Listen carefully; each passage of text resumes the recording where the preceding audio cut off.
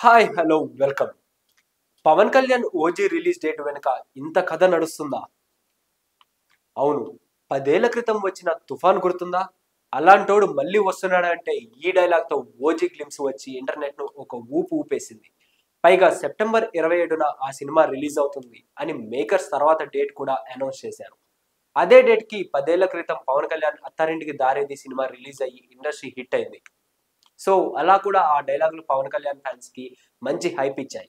అయితే ఇప్పుడు అనుకున్న డేట్ కి ఓజీ రిలీజ్ అయ్యేలా కనిపించడం లేదు. అవును, పవన్ కళ్యాణ్ జనవరి నుండి మే వరకు ఎన్నికల ప్రచారంలో బిజీగా ఉంటూ వచ్చారు. దీంతో అనుకున్న టైంకి ఓజీ కంప్లీట్ అయ్యేలా లేదు.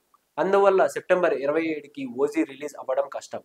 దీంతో ఆ డేట్ ని లక్కీ భాస్కర్ వాడుకుంటున్నాడు.